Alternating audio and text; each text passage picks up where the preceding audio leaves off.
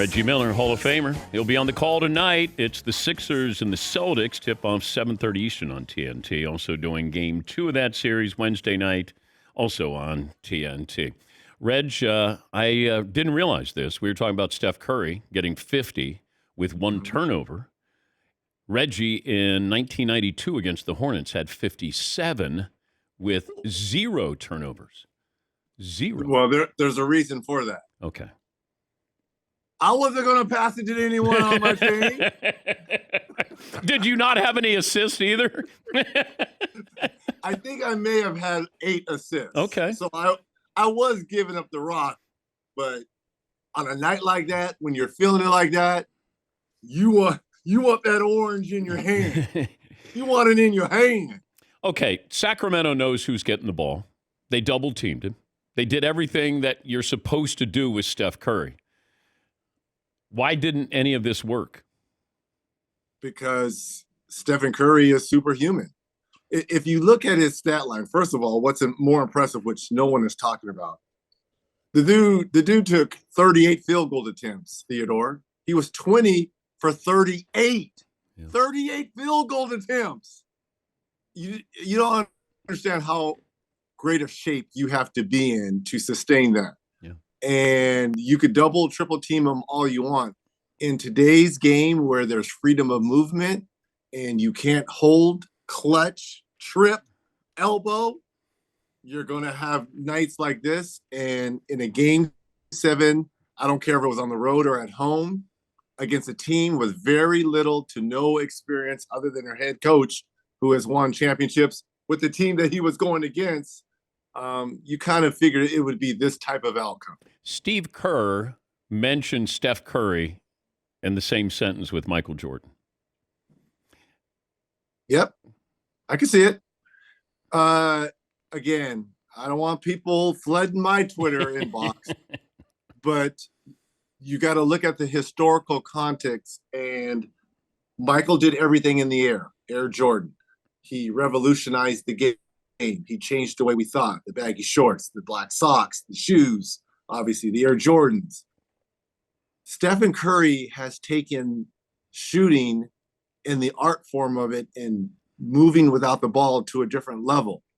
And because I have a 9-year-old and I go to all these games, the first thing kids do, they know they can't dunk and fly like Michael Jordan, but they all believe they can shoot like Stephen Curry. And that's the first thing they do is start hoisting up threes to try and be like their hero, Stephen Curry. So you have heroes to most in Michael Jordan, and you have a lot of heroes in Stephen Curry. I see the comparison. But who's had a bigger impact on the sport? As far Michael Jordan. No, from playing. Well, here's the thing. I'll take that back. I will say Stephen Curry for this reason. He's playing in the age of social media. There wasn't that when Michael Jordan played. Yeah. You had to actually watch the games. There wasn't, you go back on your phone and replay.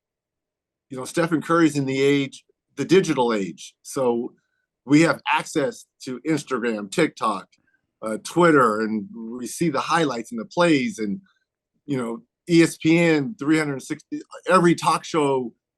A lot of that was just beginning with Michael Jordan. Yeah. And it wasn't around. So I would say Stephen Curry has had the bigger global impact. I think Michael Jordan's really now more so famous for the shoes. The brand. Yeah, the marketing. The brand. Yeah, the brand. Yeah, the people forget reach. how great he is and was.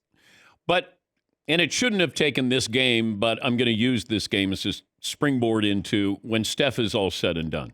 How does he get into the top 10 players of all time? I think he may be in there. I think everyone's saying this was a legacy game for Stephen Curry. To me, I think his legacy game was in the finals last year versus Boston in that closeout win on the road in Boston. To me, that was his legacy game because he did it he won one without KD, the first one. Then he won 2 with KD, and everyone's like, okay, well, they needed KD to win those championships. And he was never a finals MVP, and that was a finals MVP series closeout game. To me, that was his legacy game. To me, it was time to put the kids to bed. To me, that was that kind of statement. All right, I'm done messing with my food. These kids are annoying me. Yes, they're entertaining. They're an up and coming team, but it's time to put the kids to bed. And it was that type of game, and Curry made it. He just wanted to put a statement on putting the kids to bed. All right, so you have Jordan, LeBron, Kobe, Kareem, Kobe, Tim Duncan. Ooh. Okay. Tim Duncan would be absolutely in the top 10. So you got Bill Russell. You got Wilt in there?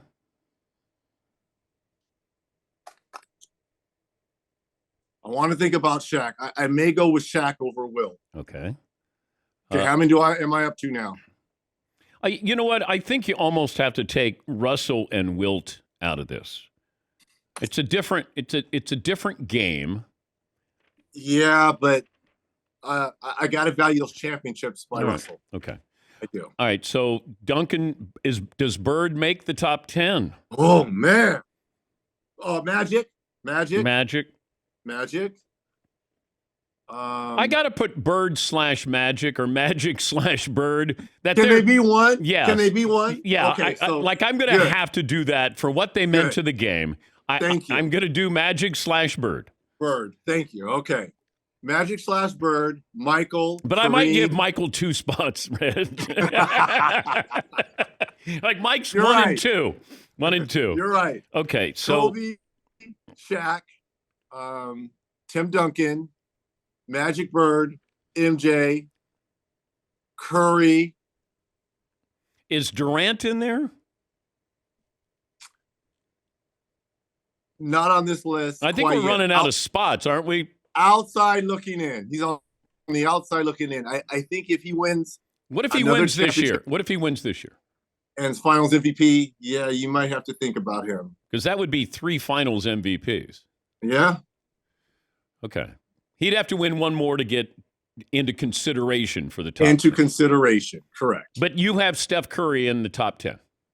I have Curry in the top 10 because he also changed the way we perceived shooting. Okay. He's the greatest shooter the game has ever seen. How do the Lakers deal with him? Attention to detail. And I'm not quite sure they can follow those habits for a 7-game series.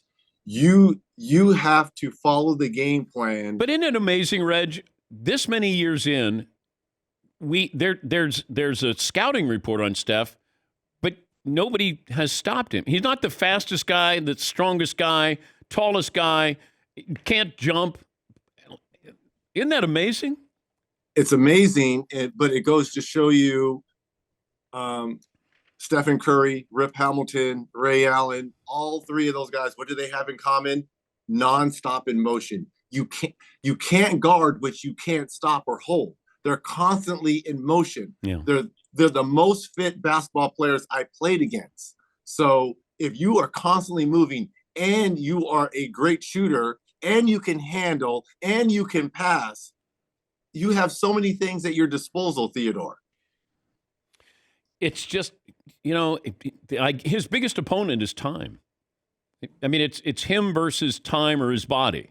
Here's the thing. I'm 57 and I can still shoot. Oh, I know that. So that's not going to diminish with him. Foot speed will come and go. That'll probably start to slow down. But as long as he can still shoot, which he will be able to do when he's 40, 45, he can play as long as he wants. Because in today's game, you need shooters. You need people that can space the floor. He'll always have a job. Yeah, he could eventually have the role that his dad had when his dad played, because Dell was off the ball and basically a spot-up shooter. And if you get a traditional point guard in there and he could just play shooting guard and come off screens, and people forget how great of a passer he is as well. I know they think about the threes and the shooting, but he's a great passer and he can handle the basketball. I mean, look at that last play when he got his 50th point and he's curly Neal dribbling through everyone and then the layup.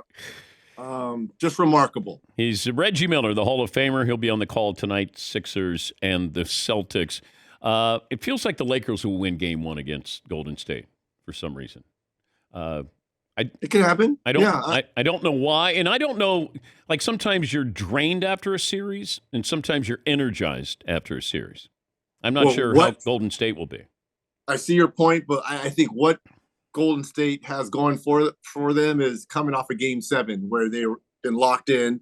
It's not a huge turnaround to start Game 1, but I will say what the Lakers have in their favor, and this dates back all the way to the Anthony Davis New Orleans Pelicans days. They had no answer for him when he was with the Pelicans facing Golden State in the first round. He dominated them.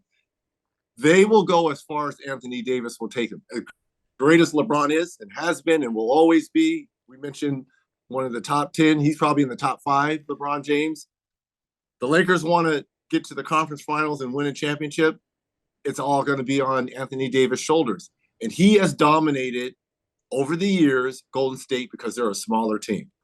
And I give Kevon Looney credit. He's done a great job, but Anthony Davis is a different beast. It depends on which Anthony Davis is going to show up in this series.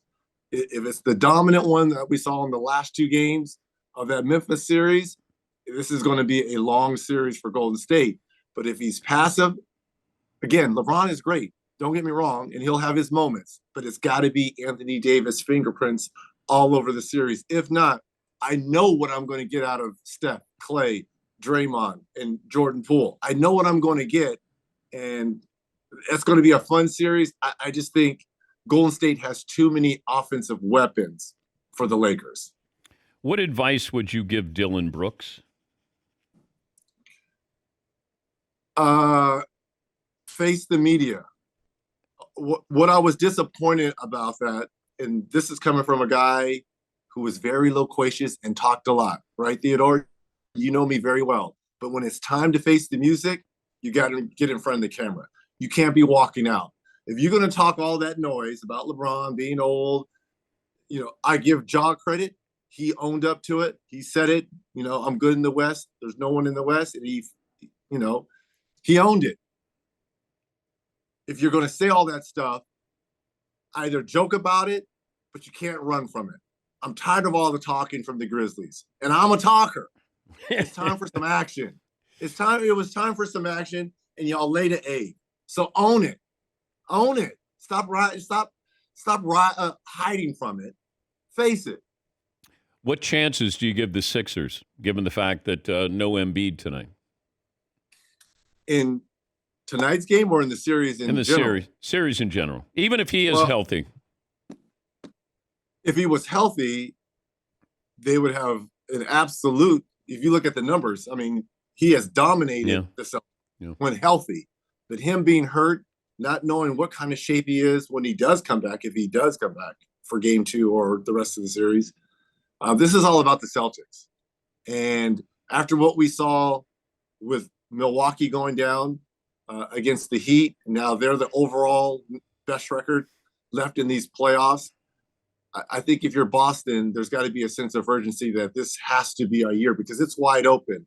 And if Embiid is not 100%, and they struggled against Atlanta. People thought that was going to be a sweep, and they really struggled against the Hawks.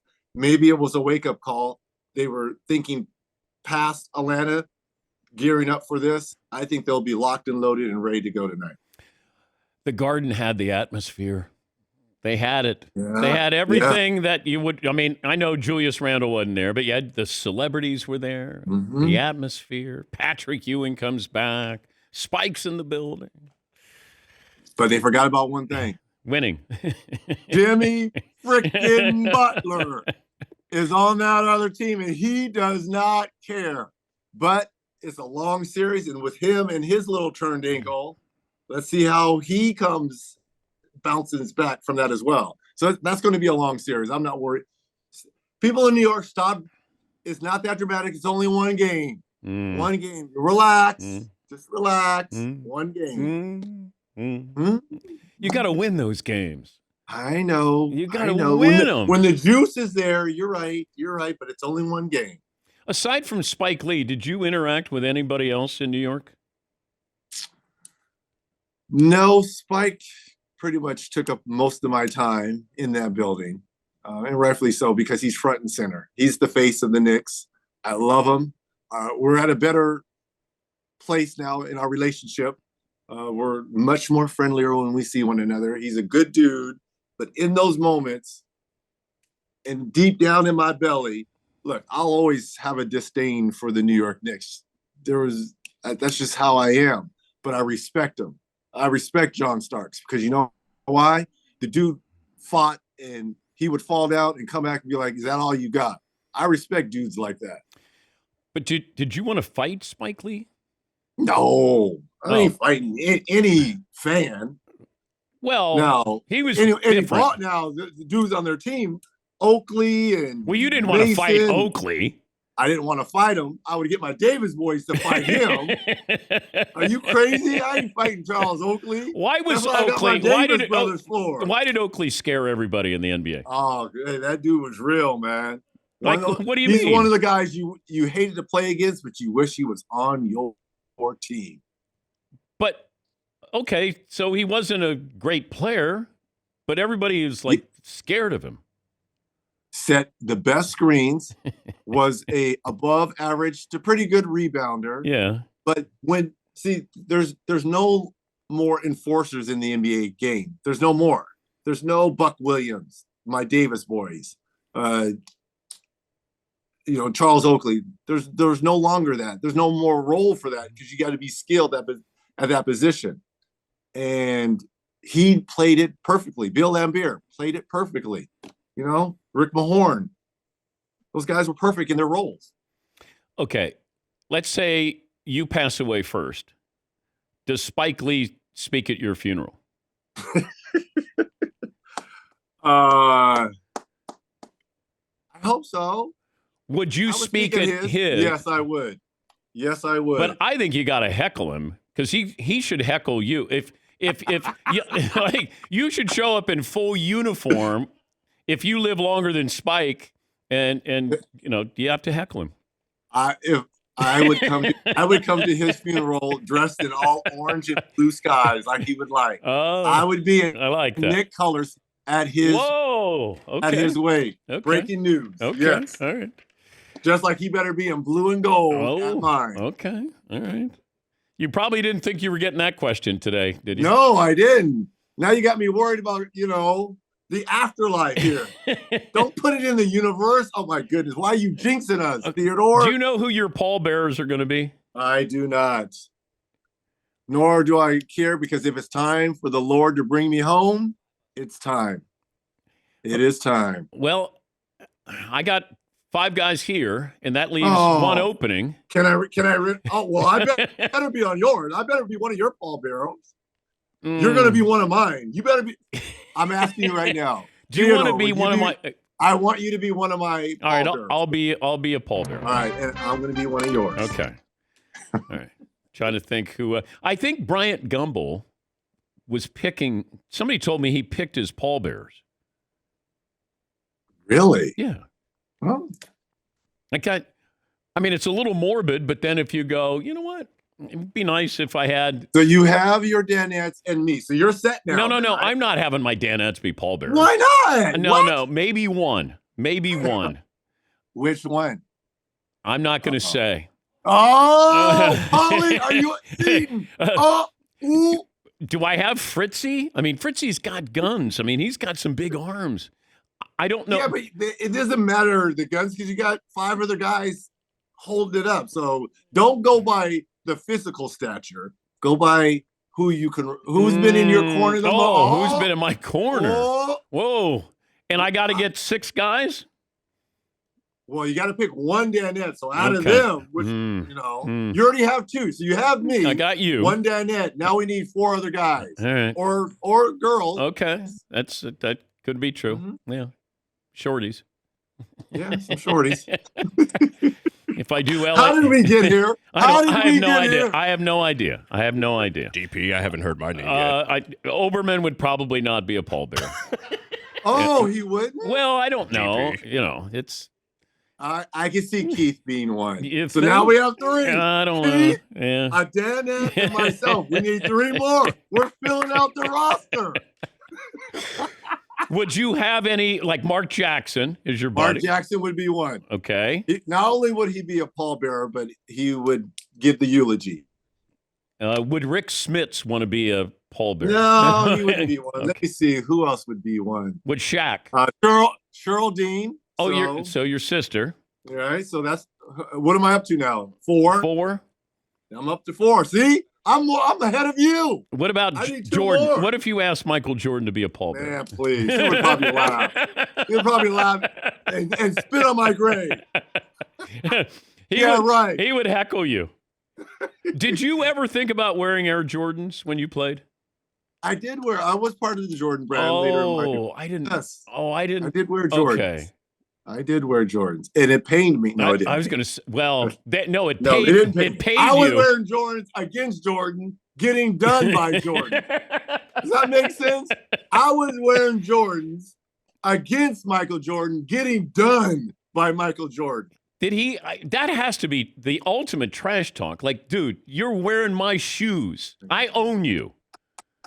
Well, I wouldn't go that far. Well, no, but if I'm Jordan, I would have said, I own you, man. You're wearing my shoes. He's probably saying cha-ching. Yeah, cha-ching. Yeah, I'm sure I'm putting money in his pocket. You're right. Why the hell am I putting money in Michael Jordan's pocket? Have fun tonight, Reg. I appreciate it. Theodore, Danettes, I love y'all. Reggie, I know which one.